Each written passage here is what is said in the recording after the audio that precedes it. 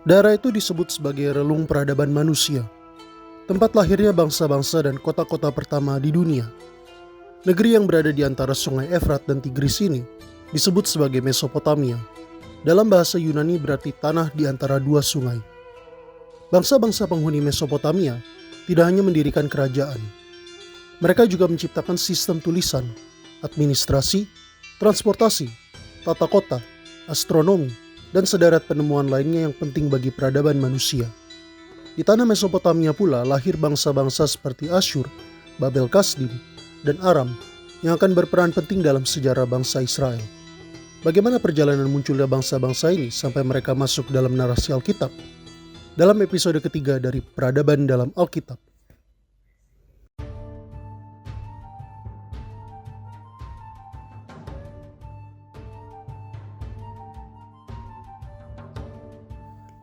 Sejarah Mesopotamia adalah sejarah peradaban manusia.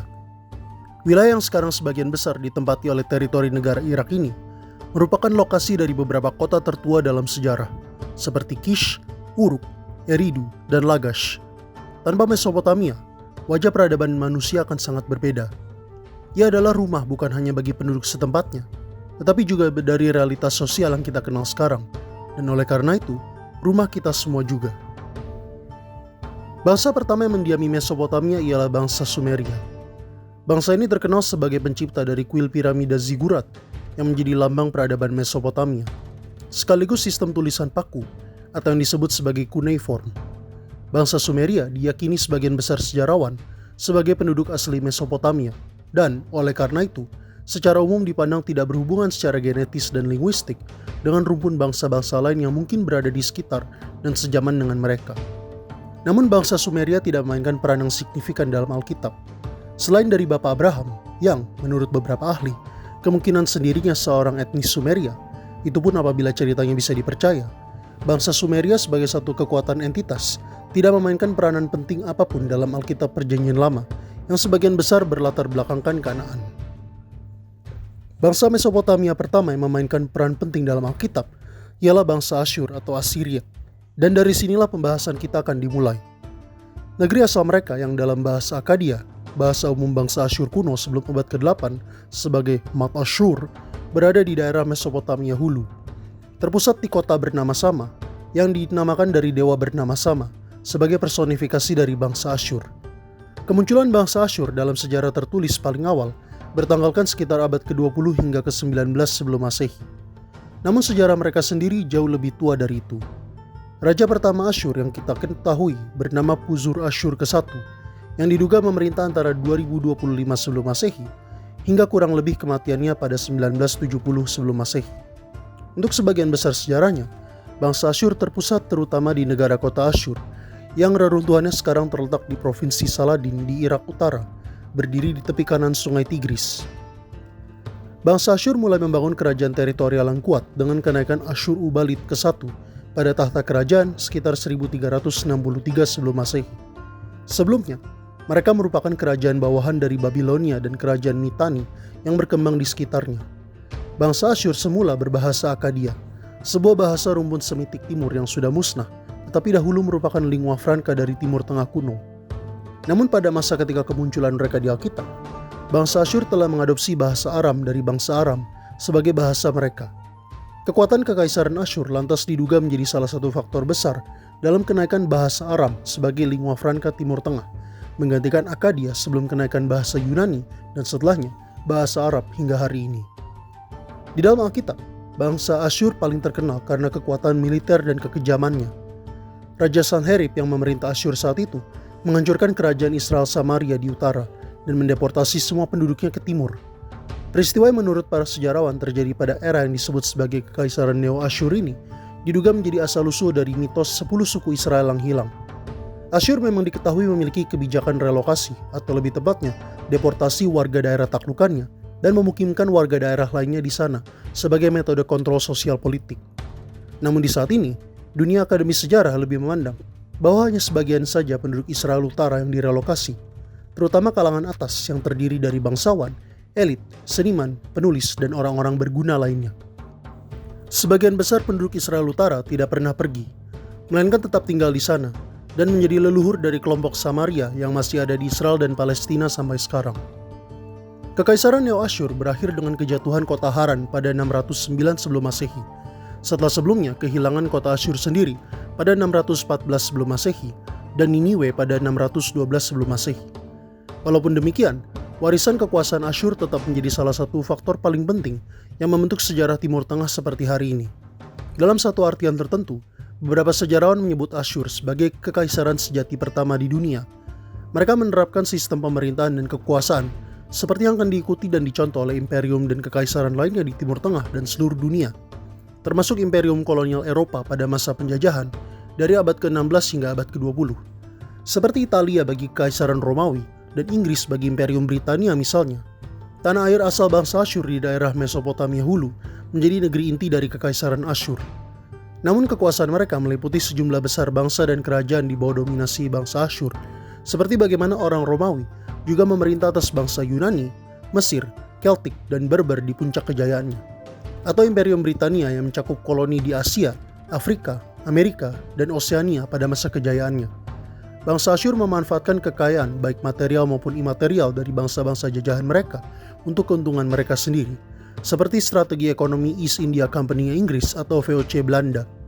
Sebagaimana Inggris dan Prancis juga mengekspor kebudayaan mereka ke daerah jajahan mereka, bangsa Asyur juga mengekspor kebudayaan dan kebiasaan mereka ke bangsa yang mereka taklukkan. Dalam konteks Israel, salah satu warisan paling penting dari periode kekuasaan Asyur ini ialah sistem tulisan Ibrani modern, yang kerap juga disebut sebagai huruf kotak, yang berakar dari aksara Aram Kekaisaran, yang dipakai sebagai bahasa resmi tertulis birokrasi Neo-Asyur era akhir, dan selanjutnya diteruskan oleh bangsa Babilonia dan Persia Akhemenia.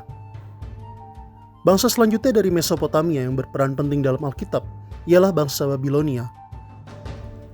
Seperti bangsa Asyur yang mendahului mereka, bangsa Babilonia dinamakan atas kota yang menjadi tanah air asal dan inti mereka, yakni kota Babilonia atau dalam Alkitab, Babel, yang sekarang reruntuhannya terletak di kota Hilah di tepi sungai Efrat di provinsi Babil, Irak. Pada masa kejayaannya antara abad ke-7 hingga abad ke-6 sebelum Masehi, Babilonia menjelma menjadi salah satu kota terbesar, jika bukan yang paling besar di dunia kala itu. Secara alami, kejayaan dan kekayaan Babilonia mengundang baik kekaguman maupun rasa iri dari bangsa-bangsa yang berhubungan dengannya, termasuk juga bangsa Israel. Asal-usul nama Babilonia sendiri masih diperdebatkan sampai hari ini. Nama Babilonia berasal dari bahasa Yunani, Babylon, yang sendirinya merupakan turunan dari nama asli dalam bahasa Akadia dialek Babilonia, Babilim, yang berarti gerbang para dewa. Namun ada juga yang berpendapat bahwa nama Babilim merupakan terjemahan dari nama asli bahasa Sumeria, Kandingirik, atau Babar, seperti yang diusulkan oleh ahli sejarah Asyur kuno Kanada, Paul-Alain Beaulieu. Meskipun hal ini masih diragukan. Kota yang dikenal sebagai Babilonia sendiri pertama kali tercantum dalam sumber sejarah dari abad ke-23 sebelum Masehi. Setelah sebelumnya menjadi ibu kota daerah di bawah kekuasaan dinasti ketiga Ur, Babilonia memperoleh kemerdekaannya untuk pertama kali di bawah Raja Sumuabum dari bangsa Amori sekitar 1894 sebelum Masehi. Namun baru di bawah salah satu penerusnya yakni Hammurabilah, Babilonia pertama kali menjelma menjadi kota besar yang punya pengaruh luas di daerah Mesopotamia. Sekitar 1570 sebelum Masehi, kota Babilonia dikuasai oleh bangsa Kasi yang diduga berasal dari pegunungan Zagros di utara.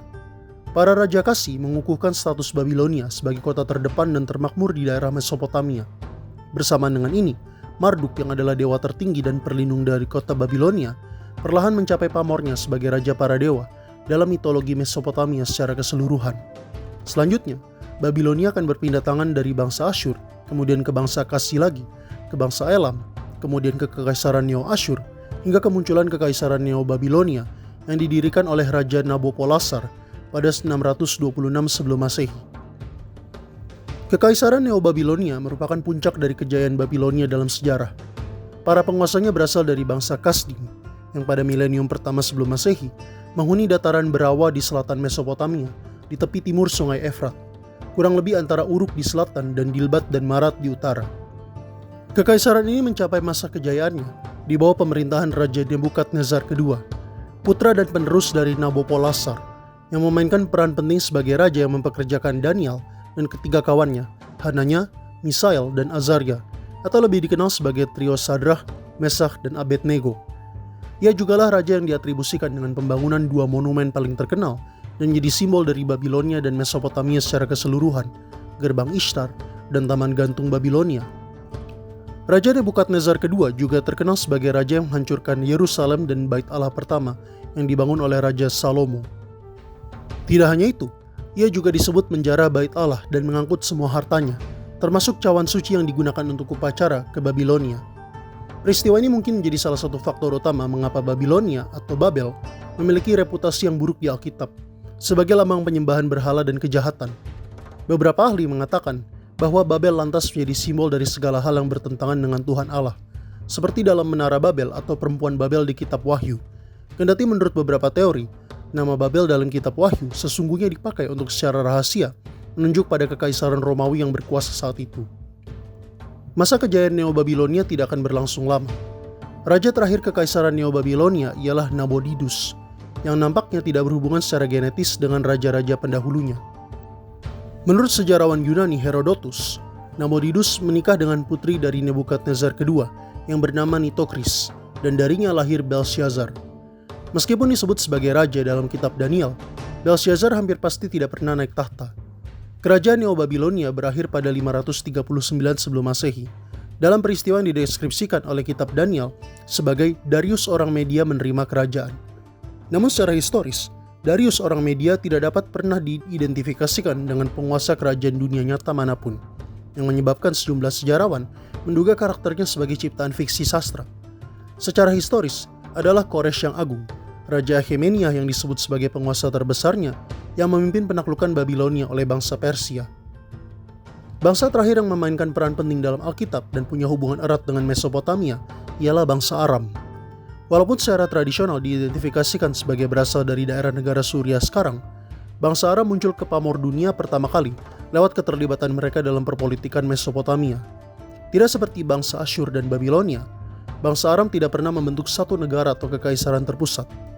Melainkan, mereka terdiri dari berbagai suku bangsa yang membentuk semacam konfederasi dan identitas pemersatu utamanya ialah bahasa, yakni bahasa Aram.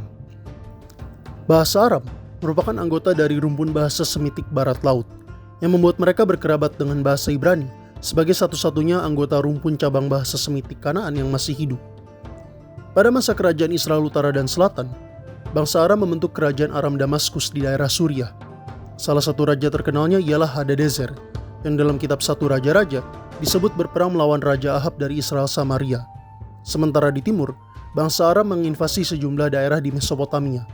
Mereka tinggal terutama di daerah pegunungan Mesopotamia Utara. Namun mereka kemudian dikuasai oleh bangsa Asyur dan Babilonia secara berabad-abad. Kendati demikian, bahasa Aram justru mendapatkan pengaruhnya yang paling besar di bawah Asyur dan Babilonia.